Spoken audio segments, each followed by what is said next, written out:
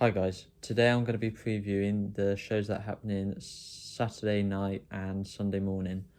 The show that's happening Saturday night is Katie Taylor is fighting in Ireland against Chantel Cameron.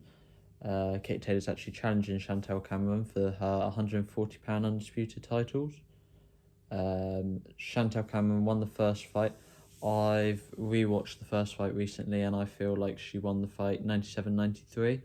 I feel like she won the fight because of her forward pressure and her body shots, which wore Katie Taylor down in the second half of the fight. I feel like Katie Taylor was too willing to trade in the fight, and that meant Chantel Cameron was able to get her bigger shots off. Chantel Cameron probably hits harder, I'd say, because she's naturally the bigger girl, and Katie Taylor naturally fights at £135, and she's the undisputed champion at £135. I'd say coming into the second fight, Katie Taylor needs to try and box more and keep moving. She kept on going back onto the ropes too much, and I feel like when she's on the ropes, she needs to pivot off and get away from Chantel Cameron, because Chantel Cameron was pinning her up against the ropes and then unleashing some dangerous body shots, which obviously had an impact on Katie Taylor. I feel like Katie Taylor should throw more single shots, 1-2s, and quick bursts, because she throws 4 straight punches and then she should move out the way, get off the centre line, move away from Chantel Cameron, and I feel like that will leave for a more interesting fight. I personally think Katie Taylor will perform better than what she did in the first fight. She'll perform better in the rematch. I feel like she will come out with more aggression and more to prove, because this is her first career defeat, and it would be good to see how she bounces back after her first career loss. I feel like Chantel Cameron will probably still win the fight, because I feel like Chantel Cameron is naturally bigger. I feel like she punches harder. I feel like her body shots will wear Katie Taylor down, and I just feel like Katie Taylor is coming to the end of her career, and I feel like she'll struggle to perform like she did in her earlier years of being a professional boxer. And that's nothing to say Katie Taylor can't win. I just feel Chantel Cameron is the younger, fresher boxer, and Katie Taylor's been in some wars, like with Amanda Serrano, where she nearly got knocked down in the end and she was hurt quite visibly. I think it was in the 5th round. Just a brutal fight, and I just feel like those wars and the wars that she's had against Pursoon and the wars she's had against Natasha Jonas, I just feel like they all add up, and I feel like Chantel Cameron is just fresher, like I said, and she'll come through it and probably get a points decision, quite a close points decision. I think maybe a 96-94. Probably it'll be a split decision, because it's not going to be a blowout, because it's in Ireland and everybody knows the judges are quite biased. On the undercard, we've got Paddy Donovan versus Danny Bull. I'm going to be honest, I don't know much about either of them. This is a welterweight fight. Paddy Donovan is quite a highly rated young prospect. He had quite a good amateur career. He's 11-0 at the moment. Danny Bull is 13-1-1, so I think it would be quite interesting to see how good Danny Bull and obviously Paddy Donovan are, and see where Paddy Donovan can go in the sport. Next, we've got Gary Cully and Reece Mould.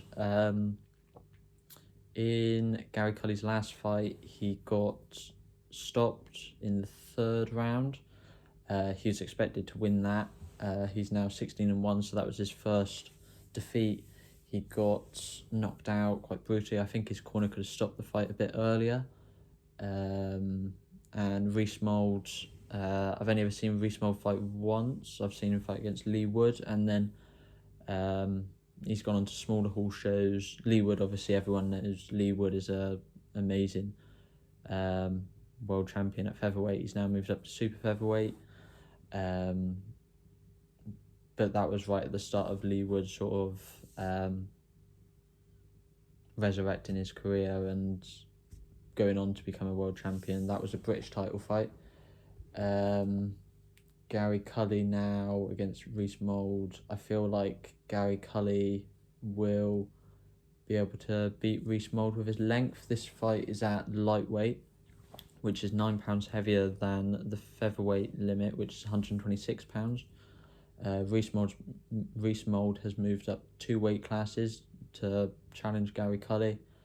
I just feel like Gary Cully's length, because he's very long for the division, I feel like he'll just be able to keep Reece Mould at distance, and I feel like he'll be able to pick him off with his powerful shots because Gary Cully has power. I feel like Reece Mould doesn't have much power. In his fight against Lee Wood, he was jumping in quite a bit, and I feel like Lee Wood was able to counter him, and I think he got a left hook stoppage with Reece Mould jumping in. So it'd be interesting to see if Gary Cully keeps his distance, Reece Mould rushes in, and potentially Gary Cully can get the stoppage. Then we've got Sky Nicholson versus Lucy Wildheart.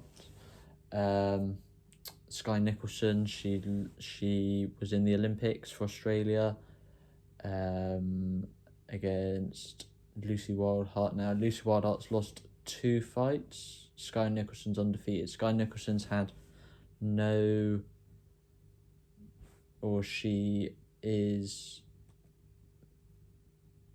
she's had no knockouts. I didn't think she had. She has no knockouts, which means she's got quite an amateur style still, I think, where she's constantly moving and worried more about not getting hit than holding her feet and using her power. She's not really holding her feet to throw the punches, which can lead to knockouts, which is good. But I feel like against the upper echelons of the division, she'll need to be able to hold her feet more and throw punches. This is for the WBC interim world featherweight title, so it's not a actual world title, but I feel like Sky Nicholson wins this, and on points I feel like she wins this, and I feel like it's setting up a fight with Amanda Serrano potentially for next year, the early parts of next year, which I feel like Serrano will be able to get to Sky Nicholson over the distance, and I feel like that'll be Amanda Serrano win. But Sky Nicholson, Lucy Wildheart, I feel like Sky Nicholson would just be able to outbox Lucy Wildheart. Then we've got Zelfa Barrett on the undercard. He's fighting Costin Eon. Costin Eon's got a 10-4-2 record. Zelfa Barrett's got a 29-2 record. We obviously saw him against Shavkat Rakhmonov, or Shavkat Rakhimov. I feel like we now know that Zelfa Barrett is world level because of his performance against Shavkat Rakhimov, and I feel like he should be able to get past Costin Eon. Then we've got the show in America on the early hours of Sunday morning.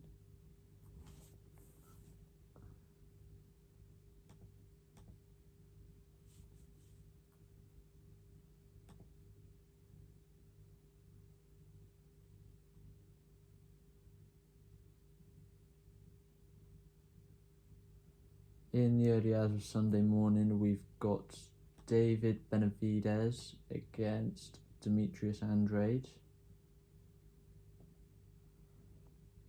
Sorry, I'm just trying to get the full card up here. So we've got David Benavidez versus Demetrius Andrade. David Benavidez, 4-foot fighter, very good footwork. Demetrius Andrade, he's just come up from £160 to £168, which is super middleweight.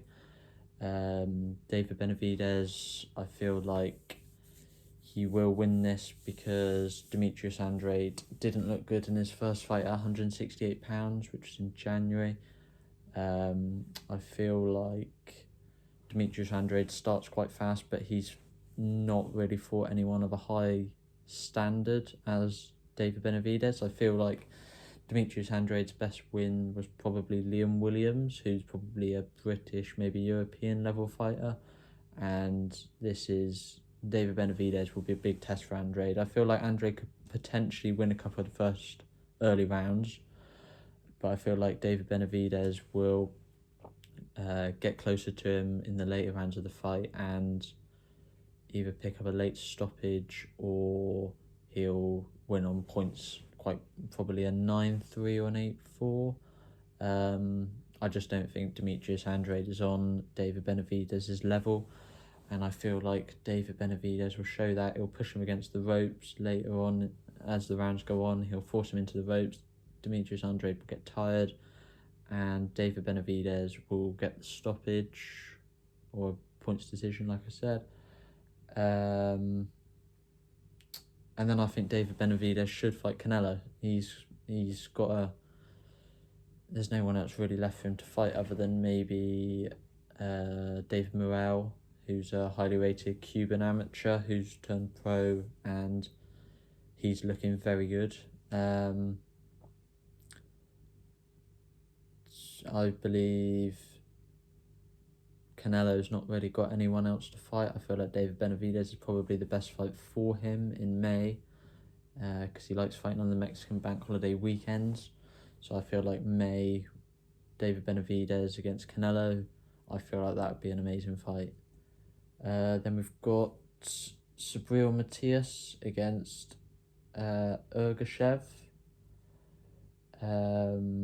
Matias has a 19-1 record, and his only loss he did avenge, and he knocked him out.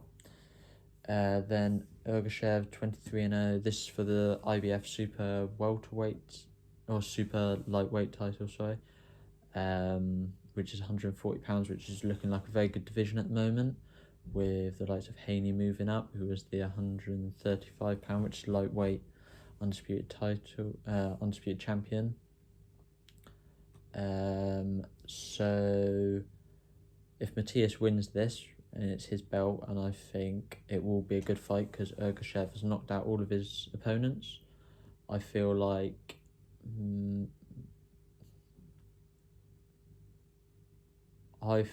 Matias will win. I think he'll come through. They're both very entertaining fighters, both very high knockout ratios, and I feel like Matias will come through, probably a stoppage, because that's what both of those boxers do.